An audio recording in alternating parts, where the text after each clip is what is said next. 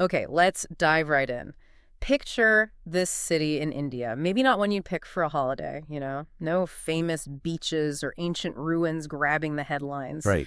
But it's incredibly well known, famous even, for something else entirely. It's where hundreds of thousands of teenagers go every year, chasing this one very specific, very high-stakes You're talking dream. about Kota in Rajasthan. Exactly, Kota. It's become India's, well, undisputed coaching capital. But lately, this year especially, that singular focus, it's been completely overshadowed by something really disturbing. Disturbing is the right word. And it's not just whispers anymore. The question is being asked really loudly, even by the Supreme Court, the highest court in the land. Why are so many students dying in Kota? And those numbers, they're just stark. You can't look away. Yeah. As of May this year, May 2025, we're already at 14 reported student suicides. Just in Kota. 14 young people. It is. And it's a figure that's grabbed national attention, absolutely. And like you said, it's pushed this crisis right onto the agenda of the Supreme Court. Right.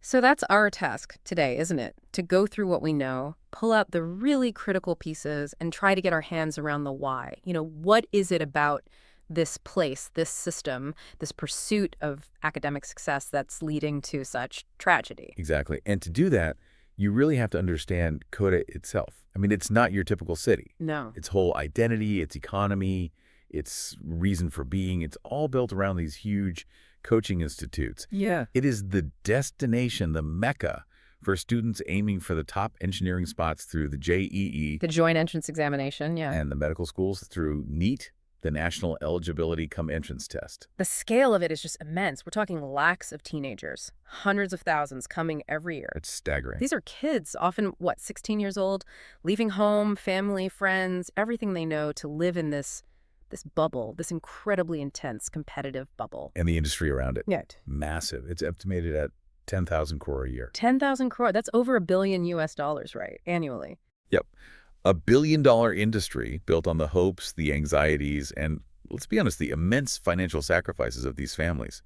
People sell land, take out huge loans. They put everything on the line. Everything for this one shot. It creates this whole ecosystem, but it feels so precarious, doesn't it?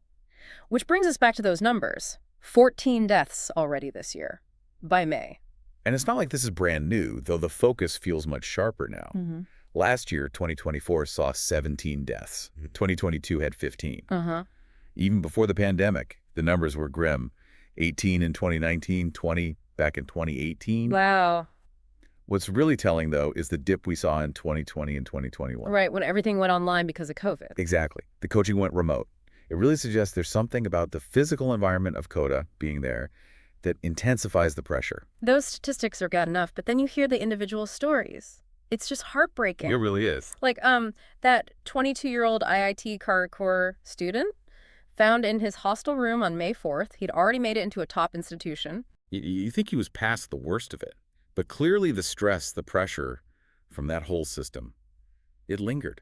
It didn't just switch off. And then there was that young woman preparing for NEET. She was actually living with her parents in Kota, not even isolated in a hostel. Still, the environment, the pressure she felt, Yeah. it was too much. And the speed. It's shocking.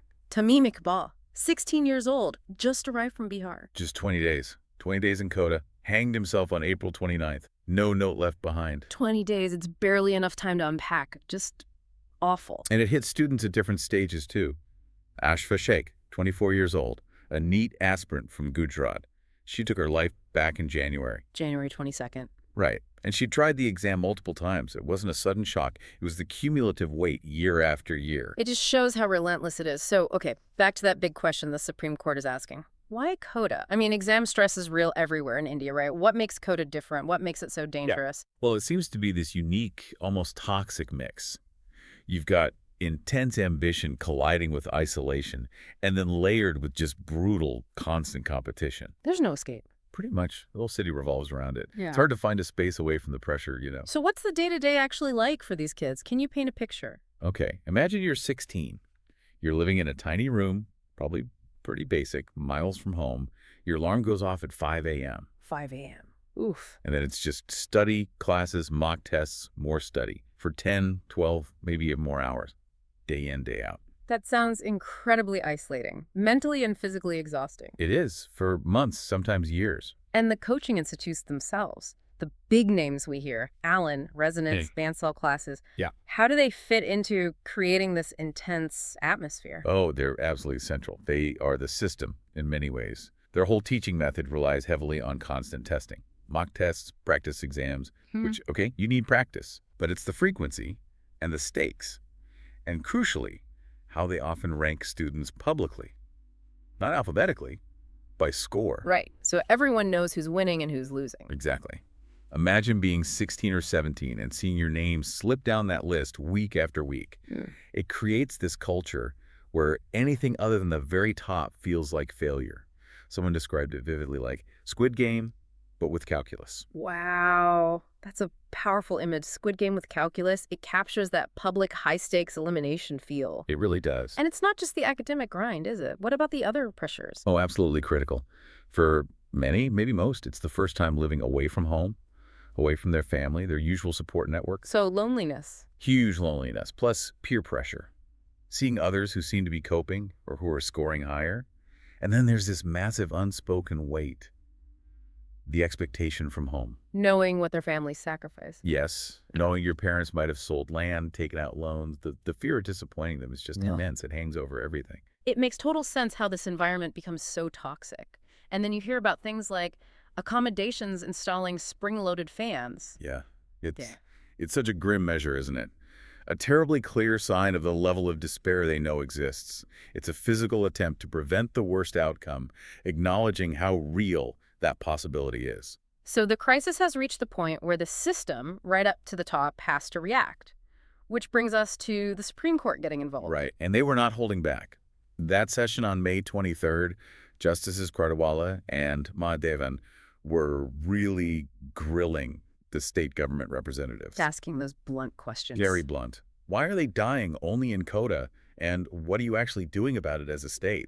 Real accountability questions. And they seemed really frustrated with the lack of action or the delays, especially that 4-day delay in filing the FIR after the IIT student's death. Yes, they called it contempt of a previous ruling. Yeah. Basically say the police weren't following earlier court directions. And now a Kota police officer has to appear before them.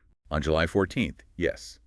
To explain that delay, the court wants answers. And this isn't the first time the court's weighed in, right? There was something earlier this year. Back in March. Yeah. March 24th. The court had already recognized this issue of student mental health and suicides in higher education.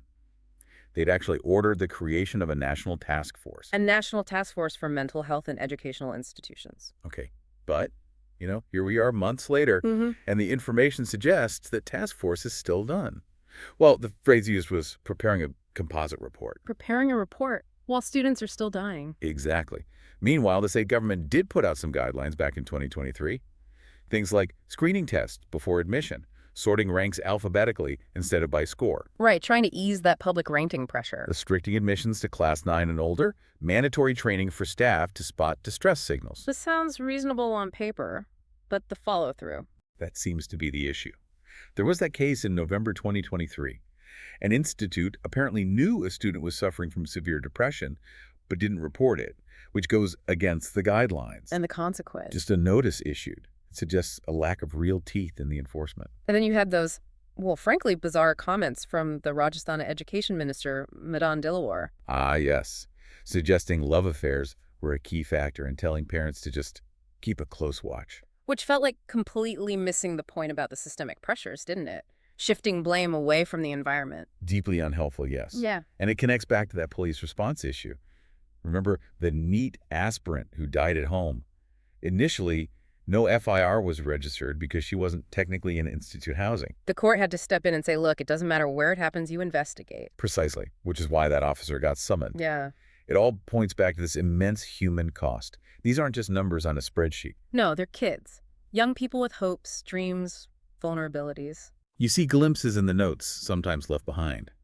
Kirti, back in 2016, dreamed of NASA, not just engineering, but felt crushed by the coaching system. Or that 18-year-old last year calling herself a loser, apologizing to her parents. It's just gut-wrenching. These are cries for help from inside a system that feels like it values marks above everything else, above mental health, above well-being. And looking at the coaching centers again, look, they're not necessarily setting out to cause harm. Their business is operating in a system.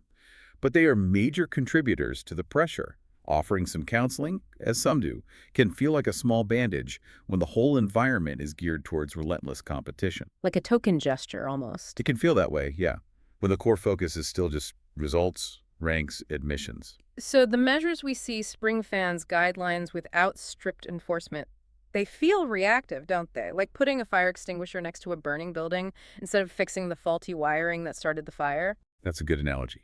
Mhm. And the fire isn't just in Kota. Kota is maybe the most intense hotspot, but it reflects this broader national obsession in India with these specific competitive exams as the only path to a successful life. So if we pull all this together, what are the potential paths forward? What needs to change based on everything we've discussed? Well, fundamentally, the coaching institutes have to make a real shift. Prioritizing mental health has to be core, not an add-on. That means easily accessible, non-judgmental counseling, real peer support networks, and getting rid of those hyper-competitive public rankings. And the state needs to do more than just issue guidelines. Absolutely. Real enforcement, real consequences for institutes that don't follow the rules, especially around student welfare and reporting distress. There's a role for parents in schools, too, surely. A huge one, trying to ease the pressure from home, helping kids understand that it's okay not to ace every single test, that failure isn't the end of the world, that their worth isn't tied solely to an exam rank. And that national task force. They need to speed things up, get that report out, get recommendations implemented urgently. And we need proper mental health education integrated right into schools and colleges across the country. Proactive, not reactive. Ultimately, though, it sounds like it requires something bigger, a societal shift. I think so. Yeah. We need to broaden our definition of what success actually looks like. Yeah. Is it only about getting into these specific prestigious courses and high-paying jobs? Or can we start valuing things like well-being, different kinds of talents, finding fulfillment in diverse paths, maybe thinking about a life well lived as the metric? So wrapping this up, we've looked at Kota's unique high-pressure environment, the intense strain from institutes, families, society itself, and a system whose response, well, the Supreme Court clearly finds it lacking. And the clock is ticking. While reports are written and officials are summoned, this crisis is ongoing. It's affecting young lives right now. It really leaves you, the listener, with something to think about, doesn't it? What's our collective role in this? How do we help ease this immense burden on young people caught in these systems? We did see, looking through the information, that resources are mentioned, helplines like Sneha Foundation, iCall. Help is available. But the issue is bigger than just helplines. It's systemic. Kota is a symptom. Right. And it leaves us with this final thought. If we just keep asking why Kota, without tackling the root causes of the system, our societal definition of success, are we just setting ourselves up for the next tragedy? What does success really mean? And maybe more importantly, who gets to decide?